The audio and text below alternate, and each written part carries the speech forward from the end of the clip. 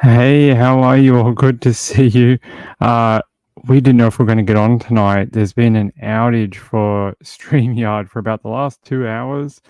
They weren't, I don't know what was going on, but there was a message in our StreamYard saying traffic is really high and I don't know, something here. What do they say? Traffic is unexpectedly high right now. We're creating more resources to handle it. We appreciate your patience while our team investigates. What does that mean? I have no idea. Probably means they're getting hacked. No, I'm just kidding. They're probably just getting a lot of large streams going. How are you all? DJ says during World War II they issued rationing tokens for things like gas and such. Maybe you could find a token. Is that a net joke to do with tokens and websites? Maybe. Um, Good to see you all, Dan Yee, Mr. Dan Yee. How are you? Sienna is here, number 5 on the like button. I appreciate that. Or the thumbs up button, they call it now. DJ said, I just got electricity back after a storm. Is that the name of your girlfriend, Electricity? I'm glad you got her back. Angela says, I'm here. That's good. Marilyn Landis, hey, how are you? Bees are alive. Yeah, we'll see how this goes. So I've been testing out a new a new dark mode. So hopefully everything will look a little different for you all when we do websites and videos. And it should be a little better now. Now, I'm going to bring you an update. We have to get going. We're a little late. This is the update and the court session for the man who is, what is he alleged of? He's alleged of, he's rolling that bus. You know that bus the other day that killed 8 farm workers? Yeah, that guy. He was in court, and I'm going to show you a little bit of it. We're not going to watch it all, but you can see a little bit from when he had to face a judge. And then I'll grab everything else.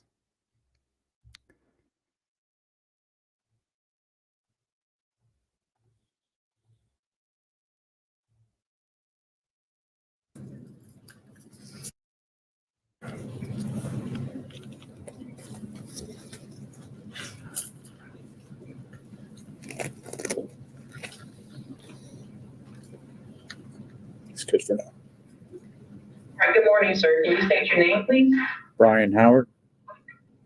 All right, Mr. Howard, you're before the court. You're charged with 8 counts of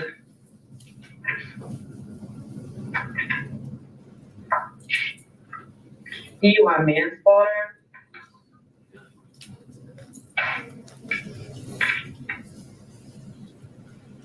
I have a copy of an application in regards to representation, but sorry, it's not filled out at all. It indicates actually that you refuse to sign it. Is it your intention to represent yourself? You want me to consider appointing an attorney for you, or you plan on hiring private counsel? A public defender. Are you employed, sir? Self-employed. And where are you self-employed? What business are you running? BHN maintenance. It's called BHN maintenance. I paint and drywall. And how long have you been self-employed, sir? For about 7-8 months. And how much do you make on average per month? $1,200. Do you have any dependents that you're supporting out of that? No. What happened to him? He's the guy that crashed the bus the other day. Here, I'll show you.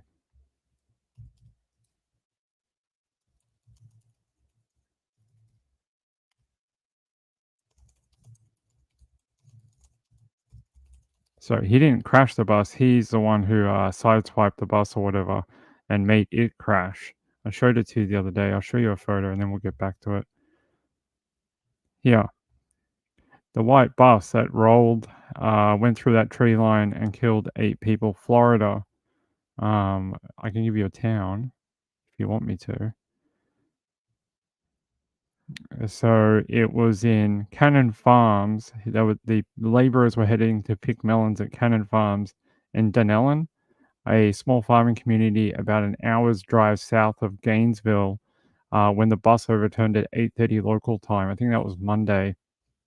But the bus crashed through a fence and overturned after sideswiping a pickup truck and careening off the roadway Florida Highway Patrol spokesman Steve Gaskin said in a statement, this is the guy that was driving the 2001 Ford Ranger, and he's got manslaughter charges for the 8 people who died, and that's why he's all bashed up, because he collided with that bus. So No, ma'am. Do you have any other assets that you own? No, ma'am, not at the time. And do you have any money in the bank? Yes, ma'am. And how much do you have? $700. All right, based on the information that you have provided to me, this court does find that you qualify for the service of the public defender's office. I will appoint the law officer Michael A. Graves to represent you, sir. Okay, thank you. This court has already read through the probable cause, or yeah, you're not done. Sorry. yeah, dude's like, hey man, I'm out, peace out. And she's like, hey, you're not done, come back here.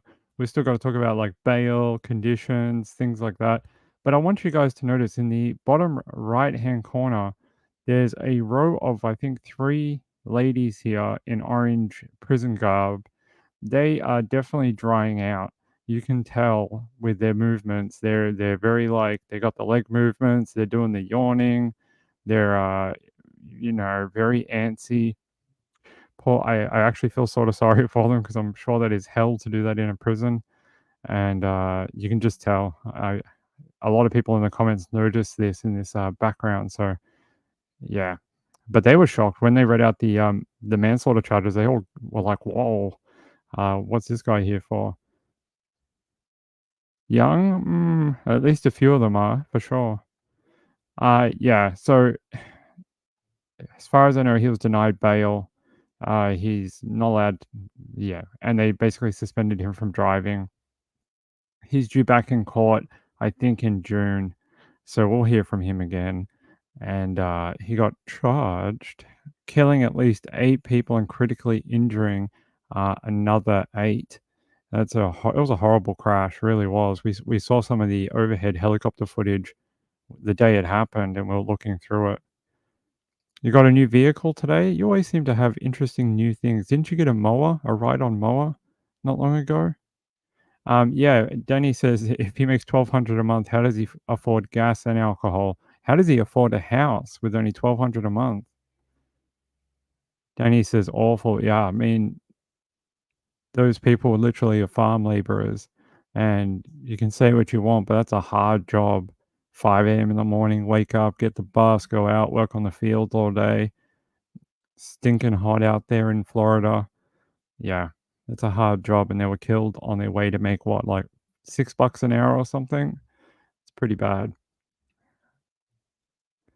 He's talking out his butt. Yeah, I own all the businesses. How many do you own? About 4. How much money do you make? $9,000 a week. I'm a millionaire. And she gave him public defender. It's pretty funny. Actually, we'll see here. It's not funny. People died, but his responses are a little interesting. We'll listen to a couple more minutes, then we'll leave this one. That's okay. This court has already read through the probable cause affidavit. I do find that there is probable cause for your arrest on all 8 counts. State priors. Yes, Your Honor. The defendant has convictions for leaving the scene of an accident with property damage, 2019. 2 convictions for driving while license was suspended, canceled, or revoked, second offense in 2018. Grand theft in 2013. Driving while license suspended, conviction in 2013. Possession of cannabis, conviction in 2009. Leaving the scene of an accident in 2006. And Your Honor, the state would argue and ask for no bond on these charges, given his history of driving with suspended license. Additionally, there were 33 passengers taken to the hospital, so there may be charges of further injuries for those passengers. For the defendant admitted to law enforcement that he was in the crash 3 days prior to this. It's clear that he drives with a suspended license, and so to guarantee that he's not operating a motor vehicle, we would ask for good law. He's been appointed to the public defender's office. Any response to him?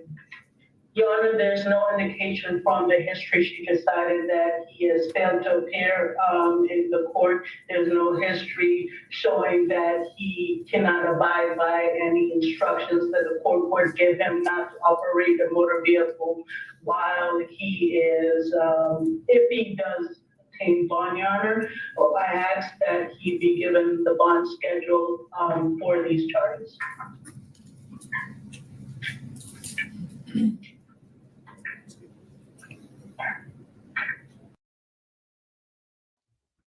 Let's just stop it there. The rest of it's just details in case he did get bond.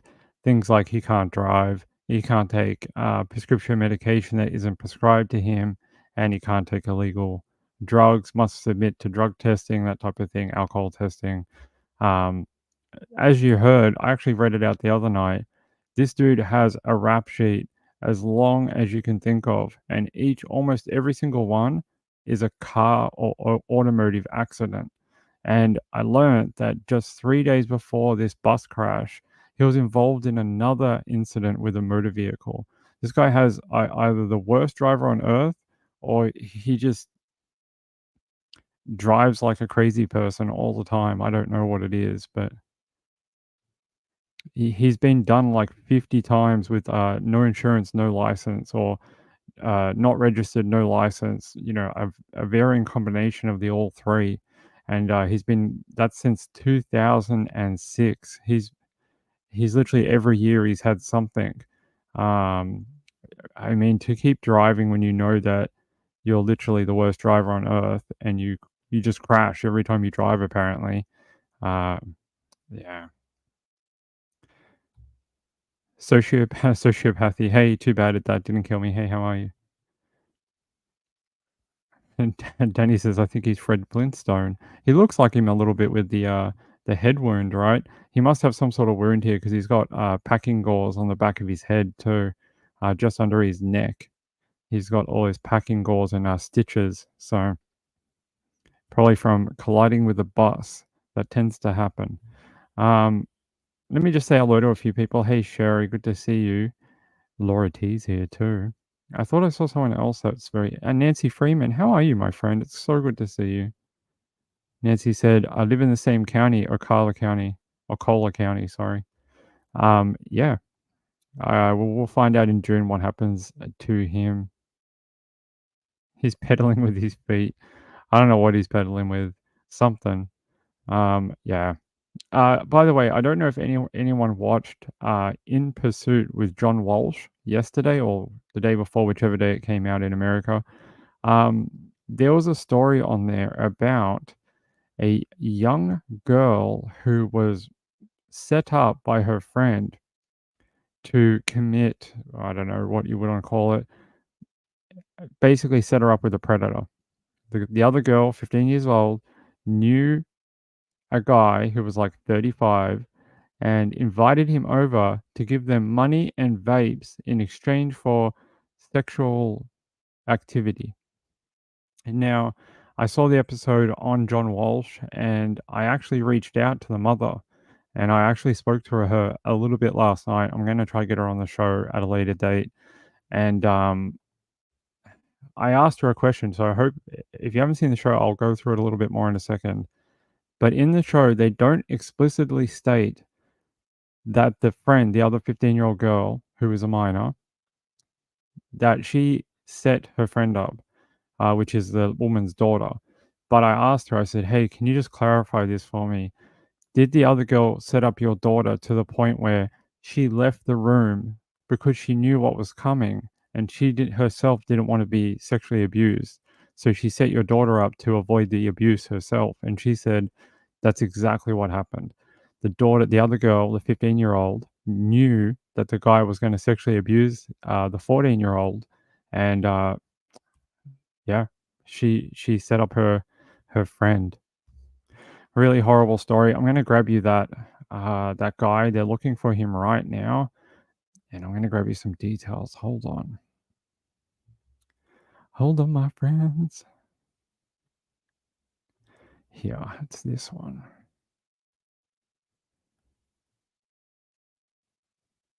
Let me grab his name.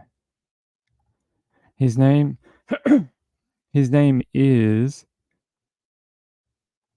Mr. Andrew Sebastian Rosa. And I'm going to show you. This was the guy who was featured on the episode last night. And I'll try and blow that up for you, get that as big as I can. He is wanted out of Longmount, Colorado. Police in Longmount are asking for the public's help in locating a man wanted on multiple felony charges. He's wanted on human trafficking and sexual assault of a child. The Longmount Police Department said Andrew Sebastian Rosa, 34, is wanted on felony charges of human trafficking, soliciting child prostitution, sexual assault of a child, sexual exploitation of a child, and procurement of a child, among other charges. In total, he faces 9 counts. The Douglas County Sheriff's Office said Rosa met with a 16-year-old victim after talking on social media and assaulted the teen. The Sheriff's Office is also searching for not only Rosa, but also additional victims, especially underage females. Police said there is a nationwide extradition for him. His last known address was in Boulder, Colorado. He was last known to be in Moab, Utah on May 29th. They explained on the episode that after May 29th, he just disappeared into thin air, and they don't know where he is. That's the last confirmed sighting of him, and they don't know. So if you've seen this guy out there, if you live in Colorado, I know we have some people out in this area. I know for a fact we do. If you see this absolute scumbag out there, call it into the Longmont police or Longmont. Call it into them. Get him into bars. I don't care if you call John Walsh. Call John Walsh if you want. He has a hotline you can call too. But he needs to be captured, and soon. Angela says she's not a friend. No, and I don't want to give away too many details about what the mother spoke to me about, just for her own. She's not supposed to be speaking outside of police and John Walsh's show. Apparently, she only has a finite amount of stuff she can say legally. So I don't want to go into too much of what she told me, but I can tell you that this guy is an animal. What he did to her is disgusting. He even tried to procure the 14-year-old's little sister, who is 10 years old. 10 years old. And he was like, oh, I'm bored of you. You're almost 15. I want the 10-year-old. Her mother actually pretended to be the 14-year-old and tried to trap him. But he was one step ahead of her, never gave a location, never gave a proper photo. Everything was sort of obscured. So he sort of knew they were onto him, and he kept changing his location and ID, social media accounts, that type of thing. Too bad that didn't kill me. He said, is it just me, or is there no such thing as a handsome child molester? Almost always someone homely or out of shape or aged. Because I don't know, I guess it's because, I don't know, that's probably not right. But I was about to say maybe it's because they've always had trouble with women, so they target people who are weak, or not weak, but they have the power dynamic, right? Because they're the adult in the situation. So it's in a situation where they feel in control. As where with a woman his own age, probably doesn't feel like he's the one in the power dynamic there. He probably feels like the woman is, because it's reliant on whether the woman wants him or not. That's what adults do, right? That's how you meet girls. They're either into you or they're not, and if they're not, you move on, you find another girl. And yeah, so he targets children, one, because he's a sick freak, and two, because he likes being in the positive power dynamic over the child. Yeah. So let's try to get this absolute mongrel off the streets. And if you see him anywhere around Moab, in Utah, or anywhere where he is known to come from, he has an address here. Hold on. I know his ex-friends that he worked with, have also been speaking out. If you check some social media, you'll find people that used to work with him giving out some details.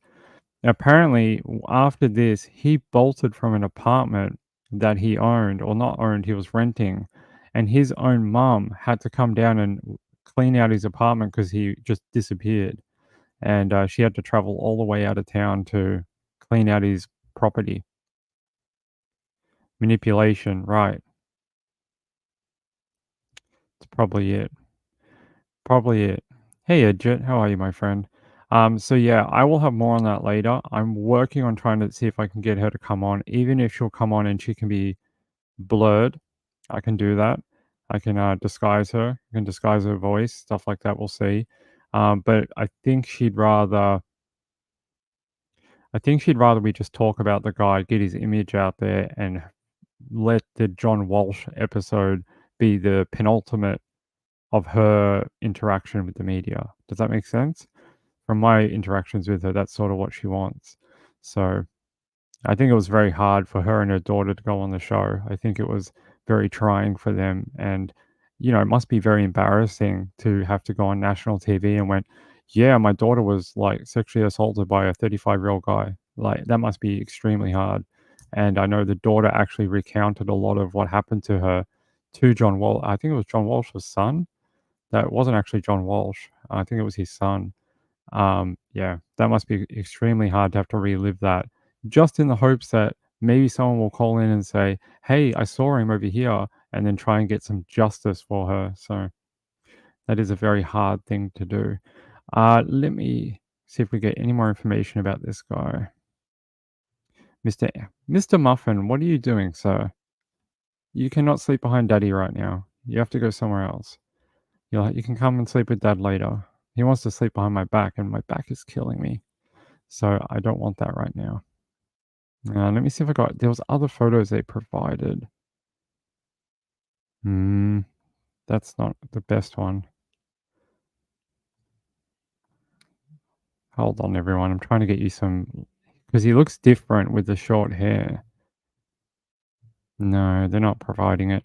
I will get them to you at another show. I'll take some screenshots from the episode because he looks way different than that screenshot I just showed you before. That's an older photo, I believe. All right. Yeah. All right. Yeah, he does, but he likes to push on Dad's back. My back's real sore this morning, so I picked up like 80-pound bag of cat litter, and I did it wrong, so my back's not been good. Hey, Toy. I hope I'm pronouncing that right. If it's got a different pronunciation, let me know in chat so I can do it properly. They say, get that creep off the streets. That mom and daughter are heroes. I agree. It's very brave to have to go on a national TV show. I don't know. I could do it. I think my self-embarrassment would probably take over and my anxiety. So for them to do that is very great. Angela Connolly says, yeah, you need to get an armchair to share. Yeah, he needs like a cat hammock like here. We may get one at some point that he can sleep on. All right. I know people are really interested in the swatting thing. Me too, because I've spoken to you about swatting before. What is swatting if you don't know what it is? Swatting is the act of calling the police and make believing an incident to get the SWAT team to someone's property, home, or work address and basically disrupt their lives and almost get them shot by a SWAT team. It is really destructive. It is not a good thing. I've seen some horrible events that have happened, especially to live streamers. It is not fun, and that's why live streamers tend to be very careful now about giving out any kind of identifying information because we don't want that, right? So yeah, let me grab this 18-year-old.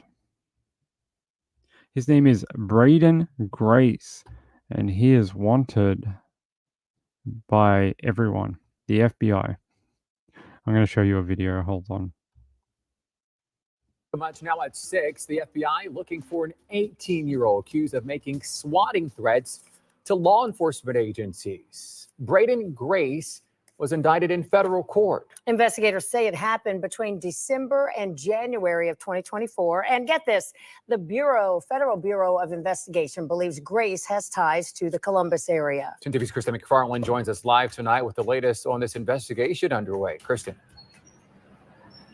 Yeah, Yolanda, Andrew, swatting is a very serious and dangerous offense. Now, it's when a person or a group of people make a false threat to get law enforcement to respond, and it can be extremely problematic. Now, the FBI says Braden Grace was involved in swatting calls, including multiple shootings and bomb threats across the United States and a threat to bomb an Ohio casino.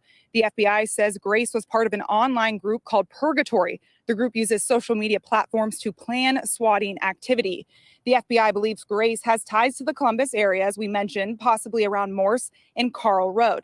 And this isn't the first time swatting have happened here locally. Back in 2022, Licking Valley High School was a victim of swatting, an active shooter call that turned out to be a hoax. Just last year, Ohio Attorney General David Yost was targeted for a swatting incident at his home. Today, I spoke with a retired FBI agent who says if you see something, say something, and talk with your kids about the seriousness of these crimes. Puts police in a bad situation. It puts the people that are, victimized, in a horrible situation. They're very difficult sometimes to track back, but we can do that eventually if we just need the right information. Now, although this is a federal charge, swatting is a fourth-degree felony here in Ohio. The federal charge can be up to 20 years in prison. Now, law enforcement says if you know anything about Grace or his whereabouts, contact the FBI or local law enforcement. We can stop that right there, and I'll tell you why. Because they caught him. They caught him about 4 hours ago. I planned this all last night. I wrote out all my show notes, and I thought, nah, they haven't caught him yet. So I didn't. Normally, I check before we jump on, and they caught him actually a few hours ago. Thank God. I can show you. So they're saying the FBI in Cincinnati say Braden Grace was located today. Today? Yeah, today. And taken into custody in Columbus, Ohio. He was wanted by the FBI after being charged in relation to several nationwide swatting incidents. He has been arrested, thank God. The 18-year-old was on the FBI's most wanted list, accused of conspiring with other people in a swatting ring that reported false threats around the country and was arrested on Thursday. Hey, that is a fast turnaround. Don't mess with the FBI, right? They will come for you. They don't muck around. Let me see if I can find an update video for you. Let me check the last few hours.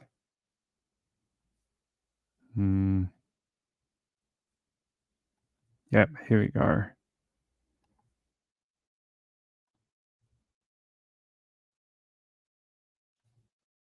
New at 4, the FBI says they have arrested a swatting suspect who investigators say hid out in Ohio. Braden Grace is facing charges out of Maryland for making threats to schools, casinos, airports, and more. The FBI says at least one instance happened in Ohio. The 18-year-old also faces charges of cyber stalking and threats to damage or destroy with fire and explosives. Find my device expansion. Oh yeah, I got an email. We don't have to watch Linus. It's okay. We can go to something else. By the way, I saw some interesting. One, it's good they caught him. Great. We don't have to keep going about it. I like to bring this up because a lot of people don't know what swatting is, and I was sad to hear in the chat that someone in the chat had been a victim of swatting. Hold on.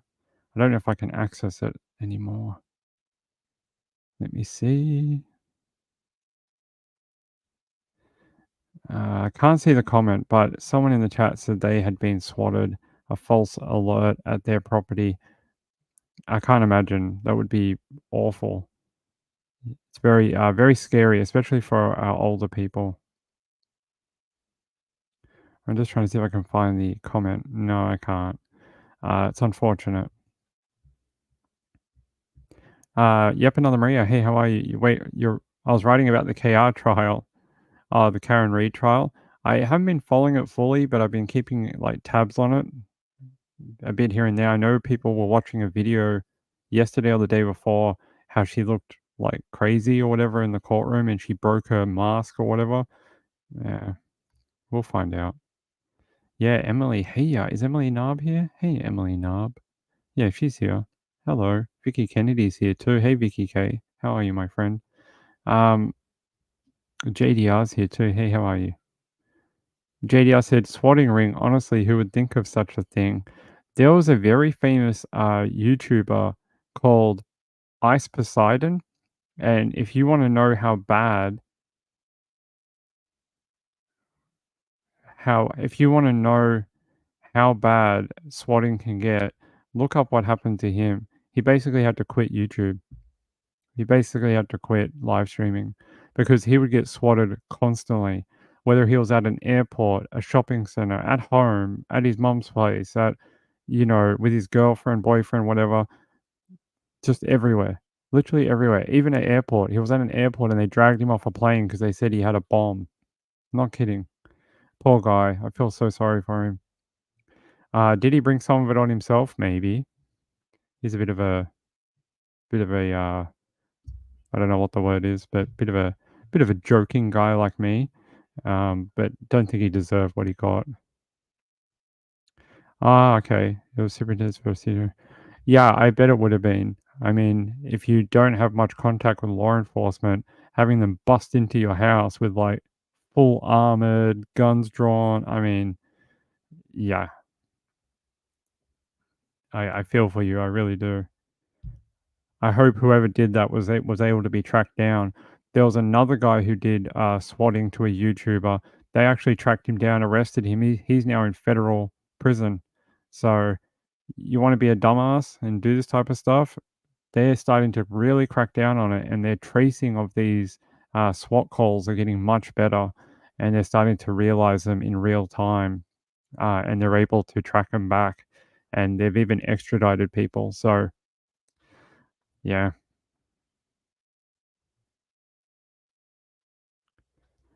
Thanks, Maria. Maria says some interesting stuff today. Maybe a 20-minute watch on Lawyer You Know.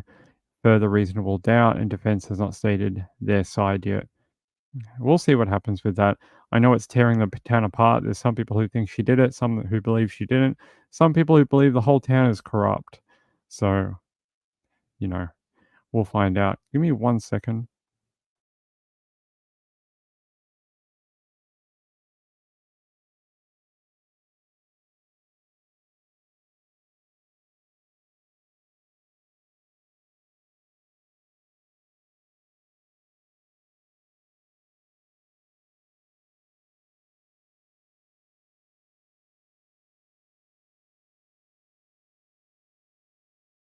All right, there we go.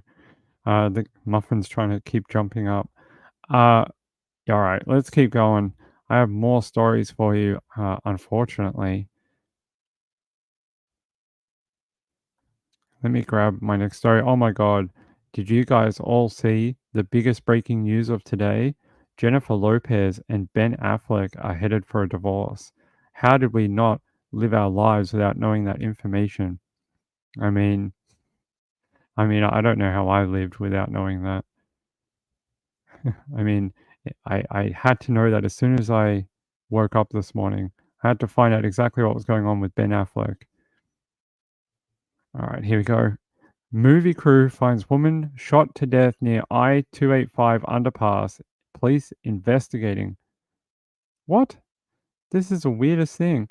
Atlanta police are on the scene of a deadly shooting of a woman near Interstate 285 underpass Thursday morning. They say Sky Fox 5 saw multiple police vehicles and the body of a woman on Harwell Road and Collier Drive near the interstate. They're saying a movie crew stumbles upon deadly scene in Atlanta. According to the officer, the woman was shot multiple times. Officers are working to identify the victim. Investigators believe the shooting happened during a fight between the woman and the gunman at a bus station nearby. The shooter is believed to have run off on foot. Homicide detectives blocked off the roadway while they canvassed the area looking for any evidence. I mean, how is that a movie crew found her? That is insane. Let's see if this is a actual news report or is this just a thing where they go, "Hey, look, a police car." An update to breaking news we first brought you this morning. We're learning more about the woman found dead on the side of the road. Coworkers and friends identify the woman on Collier Road as Aria Barnett. Good afternoon, and thanks so much for joining us today for Fox 5 News at 4. I'm Christine Spiro. They say she worked at the Walmart off Cascade Road. Fox 5's Mary Smith spoke with those who knew her. Mary is live from where she was found this morning. Mary, what else have you found out? Well, friends and coworkers tell us that she would take the bus to work every day, and this is where she was found shot and killed early this morning on Collier Drive. She was a down-to-earth person. She would never hurt nobody. And she was always silly, goofy, just to herself. She never bothered nobody, never did nothing to nobody. She was the life of the party. I don't know. It don't make sense. Tatiana Fannin says her girlfriend, Aria Barnett, is the woman found shot and killed at the intersection of Collier Drive and Harwell Road early Thursday morning. She been riding the bus to work every day, and it just doesn't make sense. From what we know right now, there was altercation at the bus stop that resulted in her death. Coworkers say Barnett worked at the Walmart off Cascade Road. I was her manager. Yeah, she was a very hard worker. She was supposed to work today.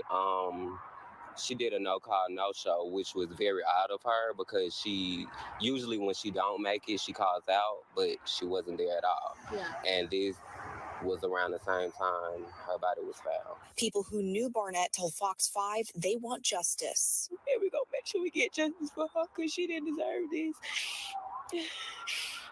She too loved. It don't add up.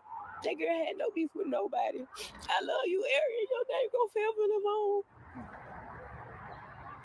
And police have not announced any arrests or suspect information. We will keep you updated. Live in Atlanta, Mary Smith, Fox 5 News. I feel sorry for her friend. Did you see her? She didn't even know what to think. She was like, I woke up this morning and my friend's gone. She was shot to death and just died in the street. I don't think we wish that for even our, worst enemies, right? That it's horrible. I hope they find the person responsible. You'd think, being that there was a bus station or a bus drop off there may be some cameras nearby, maybe businesses. They might be able to see something. It might take a little time, but hopefully the police will be able to track down who committed this absolutely stupid murder. I mean, who shoots someone at a bus station? Just trying to get to work to earn some money, and again, another person is killed. It is horrible. Now, apparently her co-worker said she was a very hard worker. She was supposed to work here today. She did a no-call, no-show, which is very odd of her because she usually, when she doesn't make it, she calls out, but she wasn't there at all, and this was around the same time her body was found. And her family says they would like justice for her death. Muffin, hey, come on, go lie with Mum. Let's see what this one We're says. staying on top of breaking news out of Northwest Atlanta, where police are investigating a body that was found on Collier Drive. Good Day's Mark Teichner is live in Northwest Atlanta now with the very latest for us. Mark. Yeah, guys, you might recall we were live about a half an hour ago. We've now moved to the other side of this crime scene, much closer to where whatever happened happened. In fact, we're going to be very careful because you can see the body of what appears to be a woman in the middle of Collier Drive. Where we are located is literally basically underneath the 285 overpass. The body itself, though, is at the intersection of Collier and Harrelson Road that is located here in Northwest Atlanta. We do know that homicide detectives are responding to this scene to where they're going to be investigating what appears to be a woman who has died as a result of something, and it's at this point only being called a criminal investigation. That guy was very descriptive. She died of something. Yes, thank you. We believe it is a shooting. We appreciate your dedication and descriptive words. James Avery says 904. Awesome. Thank you. 96 to go. 96 to go. Come on, we can get there. We can get there. Come on. No, I really appreciate it. The people who subscribed over the last, 2 weeks, we had like 200 people. It's really amazing. It blows my mind every time someone's like, "You're at 850, you're at 900, you're at." It was just went so quicker in the last 300 subscribers. It's very, very kind. I appreciate the help from Trish. I appreciate the help from Kresha, a few other people as well. Very, very kind. I don't have, and I have two updates I wanted to look at very quickly. Does anyone see an update for Asher? Asher Sullivan. Yeah, I looked yesterday and I didn't see anything. Okay, they did an update about 10 hours ago. Okay, what does this say? WKRN on YouTube. Let's have a look. So Asher was the kid who got sucked into a stormwater drain, and he's been in hospital for about a week now. And it didn't look good over the weekend. He had a decrease in brain activity, decrease in pupil movement, and a few other things. But we're all praying for a miracle. Community members are coming together in prayer for Asher Sullivan this weekend. The 10-year-old was pulled into a storm drain after last week's severe weather in Rutherford County. He's been hospitalized ever since. On Saturday, a call to prayer and worship will be held at the Fountains at Gateway in Murfreesboro. The prayer service will be held at 6 p.m.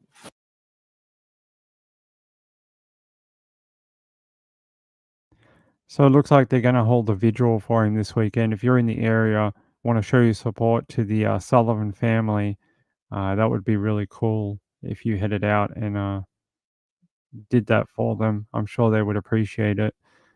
And I can give you the area if you give me 2 seconds. I believe. Come on. Apparently websites are just loading slow. Okay, I'll grab it from Twitter. I'm sure there is a flyer on Twitter. Hold on.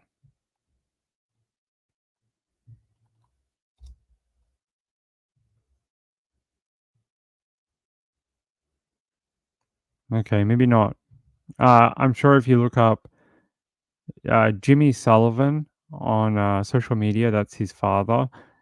They should have the details of the vigil for them.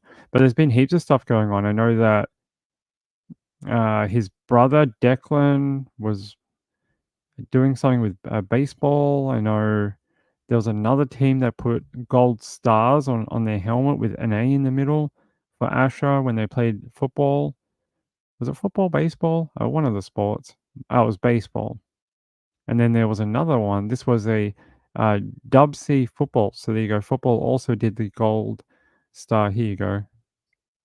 They put the gold star with the A in it for him as a remembrance thing. Very cool. I like that. Shad said, can I join twice or more? I don't think that's how it works, but I appreciate the sentiment. Hey, Peekaboo, how are you, my friend?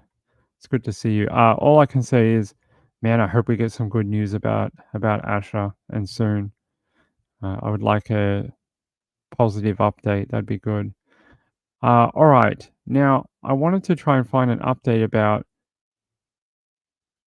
Miss Walker, 25-year-old Walker. Her name is Kiera Walker. She was a 25-year-old pregnant woman who was shot and killed, mother of two, in her home in Sumter County. And I was trying to look for an update to see if there was an arrest, but it doesn't look like I see any movement about it. She was found in her home, no forced entry. Family members called around 7:45 a.m. to report that they'd found her unresponsive inside her home on Carroll Drive. So that's from Sumter Police Department. And they said no forced entry. She had just finished a pharmacy technician program at the Central Carolina Technical College. How cool is that? Well done. It's a shame she won't get to use it. And they said on social media, many are expressing their feelings towards Walker's page. Many of the messages say she was a young lady with a bright future ahead of her. Yeah, she just did a technical program at a community college. Well done. You know, I think anyone who takes their education even later in life, if you do a college course, you do a community center, you do an online university, online online college or technical college or whatever, that's great. We can never stop learning, right? It's one of the great things about humans. It doesn't matter how old you are, education is always there for you. And I support anyone who wants to do that. Even later in life, you want to be what they call a mature age student, which is like 25 and over. You want to do it in your 40s, go for it. Learn that skill that you always wanted to learn, even if it's just for you, so you know it. I'll support you 100%. All right. Now, I want to talk to you about the Lynn trial. I was hoping to do a whole week of it, but something strange is going on. The first day, we were getting updates every few hours from the court, from the Supreme Court, right? But in the last 2 and 3 days, we're not. We're getting updates at like 5 p.m. at night, and that's when we're getting the bulk of the trial updates. They're coming in real late, way after the court finishes for the day. And I'm not sure why, but I reached out to a journalist to ask them if they've been instructed by the judge not to do updates through the day, and I haven't heard anything back. But I find it weird that that changed after day one, because it stops me from doing any updates for you throughout the day, and I basically have to bring you anything the following day, because 5 o'clock is like 3 a.m. in the morning for most people on this channel. Yeah, it is really interesting. I've never seen that happen before in a court case down here. Now, updates are slow in Australian courts, but not that slow. Very odd. And it seems like all the papers are doing it. They're all getting updates around that 4, 5 p.m. in the afternoon after court is out for the day. It may be that they're locking them in for the day. It may be that the judge is like, hey, if you want to be in here, you have to be in here, and there's no phones in here, so you can take notes, but you're going to have to do it once you're out for the day. That could be it too. All right, how long do we have? Got about another half an hour. We're doing all right on time. We're doing okay on time.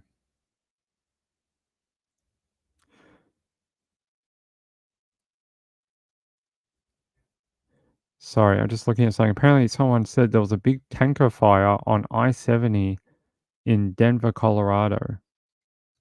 That's interesting. Oh, wow. Let's have a look at that. Sorry, I just like to see these type of things. Apparently, there was a giant fireball that came out of this thing. Look at this.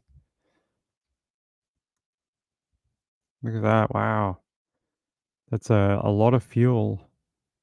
Imagine driving towards that. You'd be like, do we stop here? I don't see any sirens. There you go. That's what they saw when they were in the traffic. That is a bad crash. That is a really bad one. Let's play this video so I can find you another story.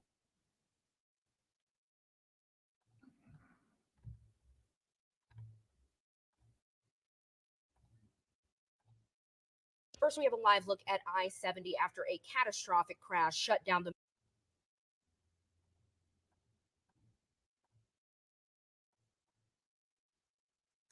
major east-west thoroughfare in both directions near Morrison. A closure now going on 8 hours and counting. CDOT says eastbound lanes partially reopened before 4:30, and it appears traffic is being guided through the crash area. So that fireball and that thick black smoke could be seen for miles after an SUV slammed into the back of the fuel tanker that had overheated. It was actually parked on the westbound shoulder, and it's still unclear why at this hour, why the SUV was on the shoulder.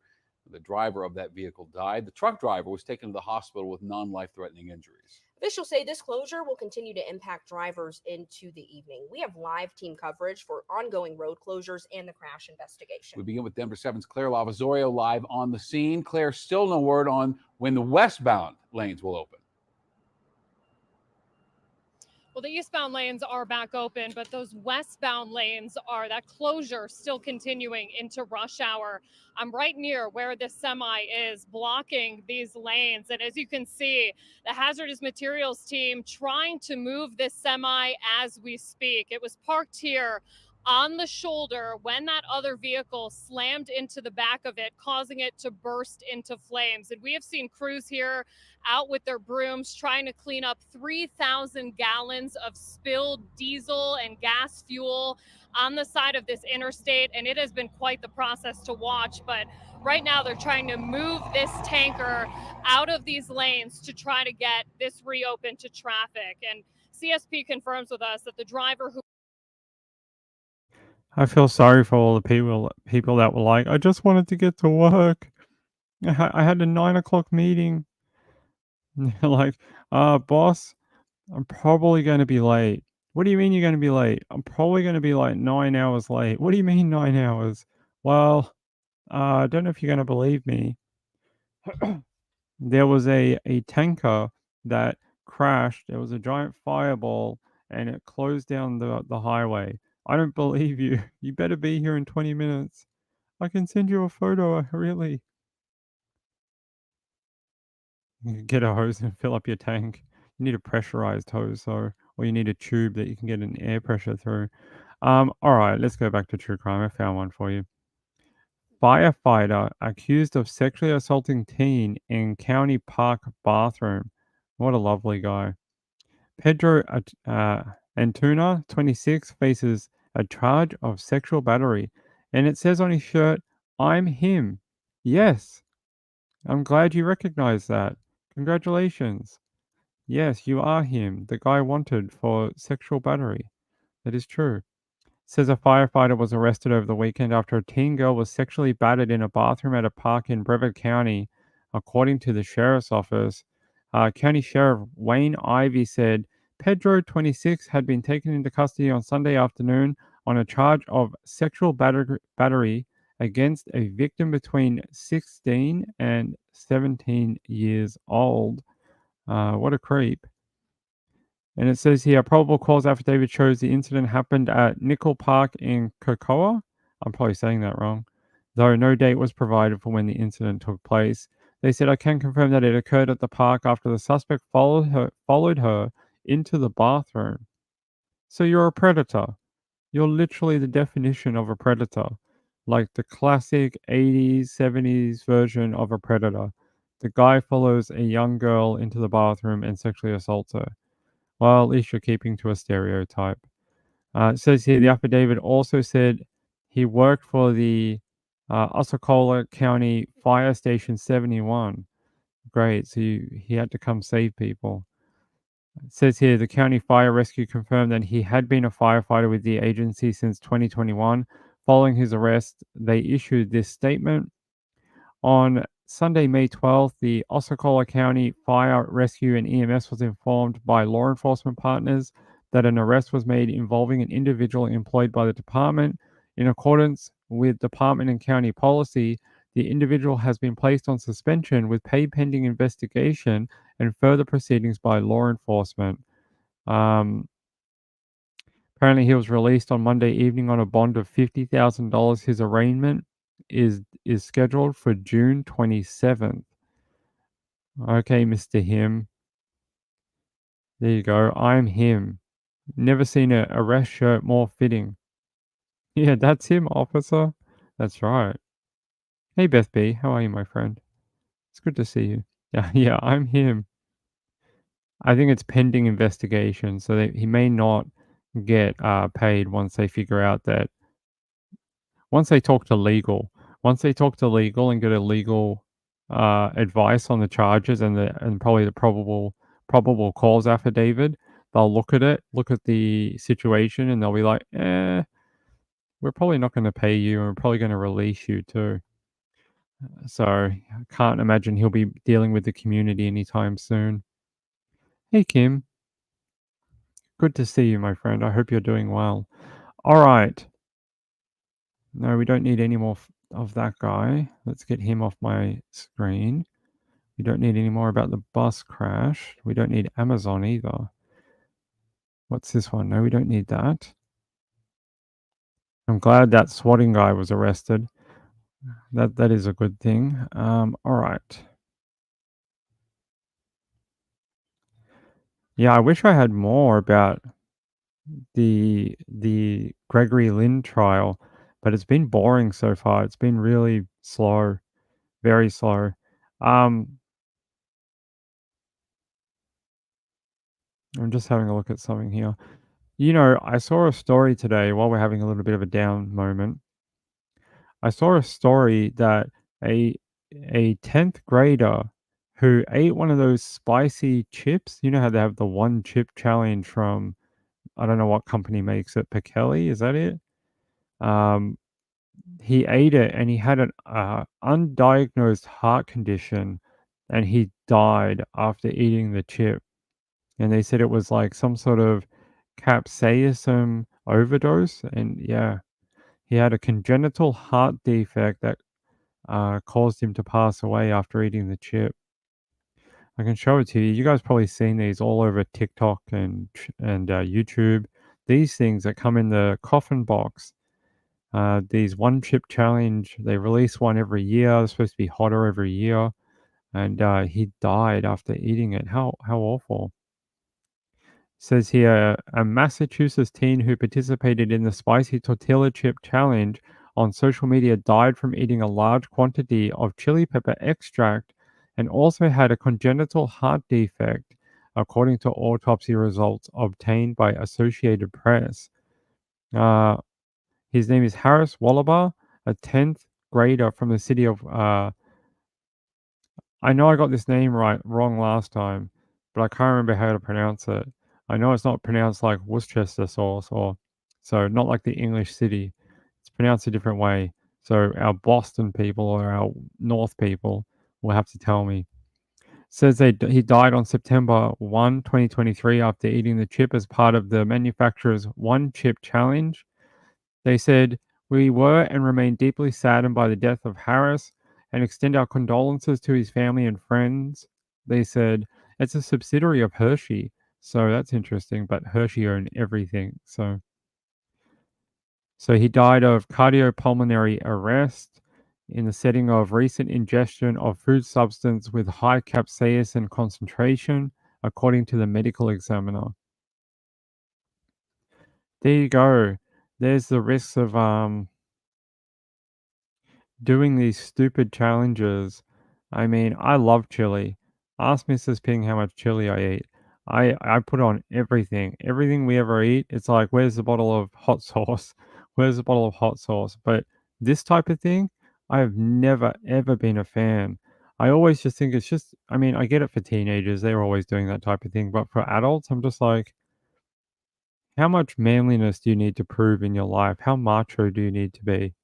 And we actually have a family member who I will not name, who is very much like that.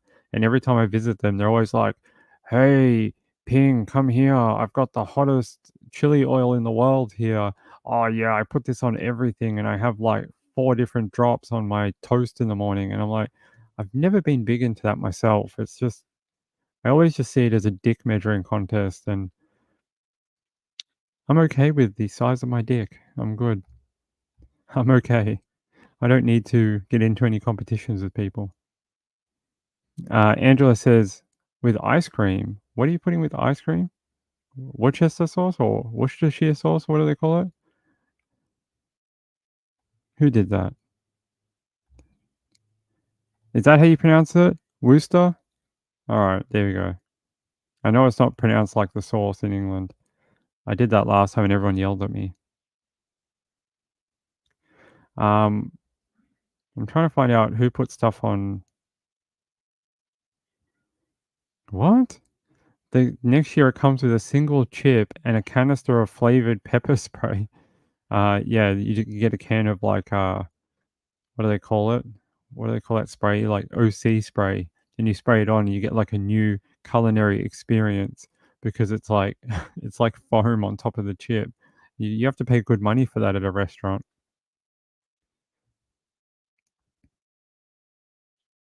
Kathy Lynch says, I don't eat anything spicy. I was raised on good old Southern food. Isn't Southern food quite spicy? Don't they use a lot of like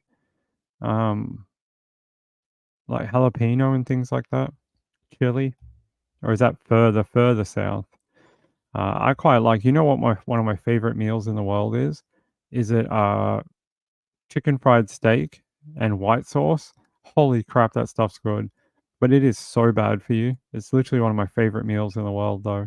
So good. Chicken fried steak. It's pretty good. Oh, your daughter puts hot sauce on ice cream? Yeah, that's a bit odd. That's much farther south. Yeah, past the border maybe. Pea pie? Like the English one? Like the mushy pea pie? I like that. Of course, I'm Australian. What do you want? We all like pies down here. We all like pies and sausage rolls. It's just a thing. You grow up and you're like, you get fed it since you're like a baby. So you grow up liking it. Um, it's funny. I've had friends come down from other countries and I've given them meat pies and they're just like, what is this? It's horrible. Like they don't like it. Same with Vegemite. They're not a fan. All right. Let me see if I can get one about a man found buried in a freezer. And then we have to go. All right, there we go.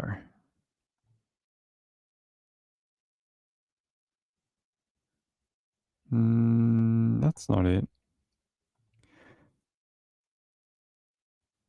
All right, fine. Right here. I guess we'll start out and tell us what we're here for. Okay. Yesterday morning, our office conducted a total of 3 search warrants at an address in Hampton. And this goes back to a missing persons report that was filed on March 31st with our office, and a subsequent report was filed with the Elizabethton Police Department the following day on a missing person. And yesterday, our agency, along with the help of Elizabethton Police Department, the Greene County Sheriff's Office, the First Judicial District Attorney's Office, and I hope I'm not leaving anyone out, executed a search warrant. There were probably 40 officers involved in this series of search warrants, and there was approximately 17 acres that needed to be covered. And with the assistance of a cadaver dog, we pinpointed a location that made a positive hit on it. And then we asked for metal detectors to be brought up, and they were, and they actually confirmed that there was something in the ground. Several hours later, a box was exhumed and a human body was found in that small freezer. We tentatively believe that the body was the missing person, and we've also charged Ricky Gwynn for first-degree murder, tampering with evidence, and abuse of a corpse. Ricky Gwynn or Joey Gwynn? Joey, I apologize if you can edit that. Joey Gwynn. And my apologies for that. But the investigation is still ongoing. There's still a lot of work to be done. Mr. Gwynn was taken in front of Judge Bowers this morning and had a preliminary meeting with the judge. His bond was set at $5 million, and he will have a court date early next week, I think. What led you to believe Mr. Gwynn was a suspect in this? Well, I can't disclose a lot of information right now, but we received an anonymous tip, and our investigators have been working diligently since this report was filed. And like last week, everything started coming together to where we developed enough information to where we could. It's a little odd, right? How'd you get there? Oh, it was a tip. But hey, that's sometimes the power of calling in. So here's a photo of him. Here's Joey, 46, was charged with first-degree murder, abuse of a corpse, and tampering with evidence. There's his photo. Bro, that is not a comb over. That is just something else. I don't know what that is. Probably need a good barber. It says here, a Hampton man has been charged with murder after remains believed to be of a missing man were found inside a buried freezer on Wednesday, according to the Carter County Sheriff's Office. Joey Ginn, 46, was charged with first-degree murder, abuse of a corpse, and tampering with evidence. According to the affidavit, Edward Elliott was reported missing by a family member in late March. He had not been seen or heard from since late January. Investigators received tips and conducted multiple interviews after Elliott was reported missing. Multiple agencies conducted a search on Wednesday at 3 locations in Hampton. A cadaver dog indicated a strong odor consistent with human decay. A metal detector was used, and investigators dug the area and recovered a large freezer. The freezer was open, and human remains believed to be those of Elliott were found. Joey is being held in the Carter County Detention Center on a $5 million bond. So I'm guessing the man did not just bury himself in a freezer. I mean, that's why the guy was arrested, right? I don't think he just put himself there. What a horrible story. Let's see if we can find, instead of looking at this jerk off, let's see if we can find the man who was missing. Let's talk about the victims more than the perpetrators. Edward Elliott. Here's a photo of Mr. Elliott, the victim in this case, who went missing and was found in that freezer.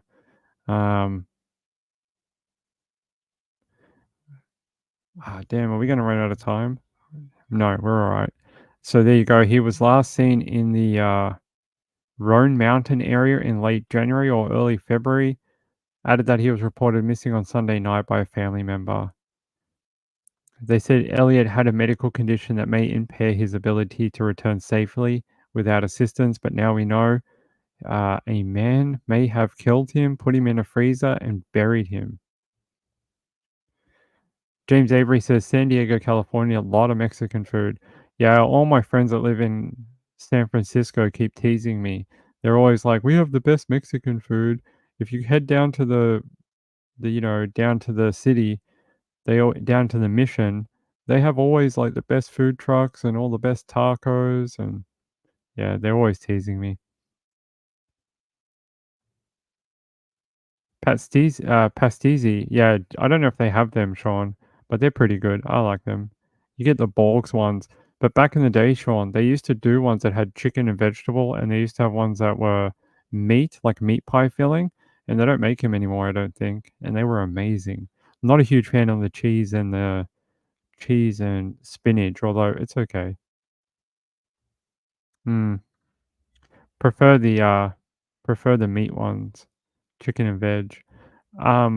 Yeah, so there you go. What a sad ending to this man's life. 64 years old, had been missing since February, ended up in a freezer, buried in the ground. And allegedly, this fella is to blame.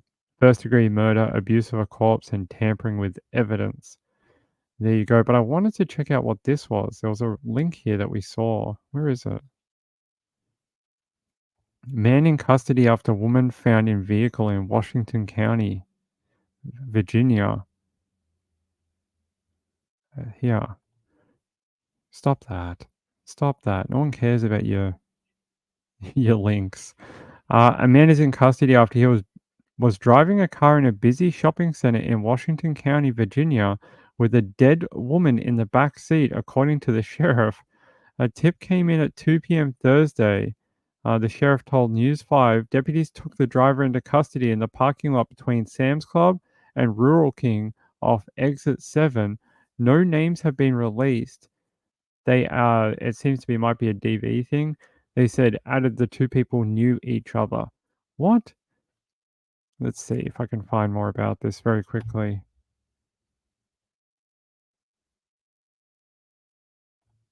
WJHL might have something. No. Same story. That a man was found driving around with okay, here we go. A man was found driving around with a dead woman in his back seat in Washington County, Virginia. According to the sheriff, they received a call around 2 p.m. Incident happened off exit 7 near I-81. Apparently, no identities have been released at this time as they're waiting on notification of next of kin to be done. So once that's done, they'll release identification of the woman. Why would you? What the hell? Driving around with a dead woman in the backseat of your car.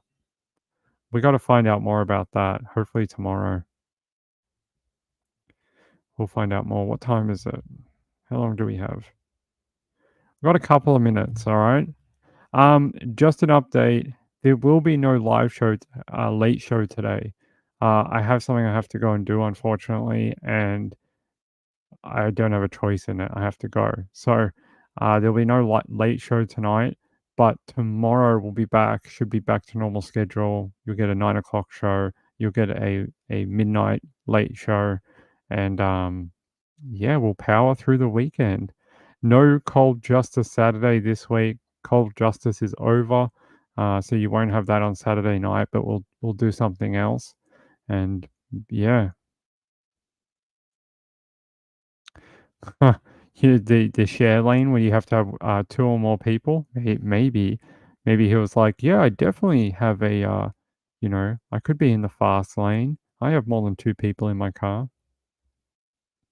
Hate? You're just saying single words to me now, Marlene? All right. Hey, we better start winding down. Let me just double check before we go so people don't get mad. I will check. I didn't hear anything during the show, so. Huh? There we go. All right. Hey, I love you all. Sorry this will be a short day today, but we'll be back. We'll be back tomorrow. I give you how many shows a week? I don't know. Between 7 and 12 you get per week. So how's Mrs. Ping? She's all right. Still got some issues that need to be sorted out, and may need to head back into surgery in the coming month or two. She's been resting for a couple of weeks now. She's sleeping right now, so. Marlon Clausen says, no, I hate it when that happens, a dead person in my car. Happens every day, Marlene. Every day I hop into my car and I'm like, not again. Not again. How did this dead person get in my car? I'm like, I'm going to have to get some sort of dead person deterrent spray. I mean, I'm sure they sell it somewhere. I'll be able to get it. I will. I hope she'll be better in the future. It's a very uncomfortable medical thing that she's got. Very uncomfortable. Yeah, affects her life every day, unfortunately. So, but I hope if she gets this surgery, it'll mean that she'll have a better quality of life. So, I appreciate it. I will let her know. I'll let her know when she wakes up. I've just been letting her sleep. Let her sleep it off. She has a lot of things. She gets a lot of whatever she wants. She's pretty spoiled. She gets a lot of stuff, so I think she's okay. She just needs rest and she needs this surgery. So when she gets it, she'll feel better. It's an unfortunate thing. It's just I don't want to go into too much into it. It's very, very personal, but it's a complication from a previous surgery she had about 20 years ago. So it's just something that they sort of knew might happen in the future, and it just means it has now happened, and then she has to get it fixed. So yeah, I appreciate it. I can't wait till she feels better because it sucks because she suffers from low iron too. So she's got this other medical thing plus low iron at the same time and low hemoglobin, and so she feels like trash. Plus she feels like trash from the other thing. So she just feels like trash all the time.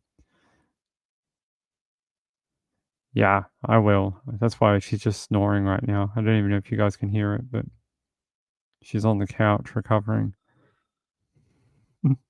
I hope you guys can't hear it.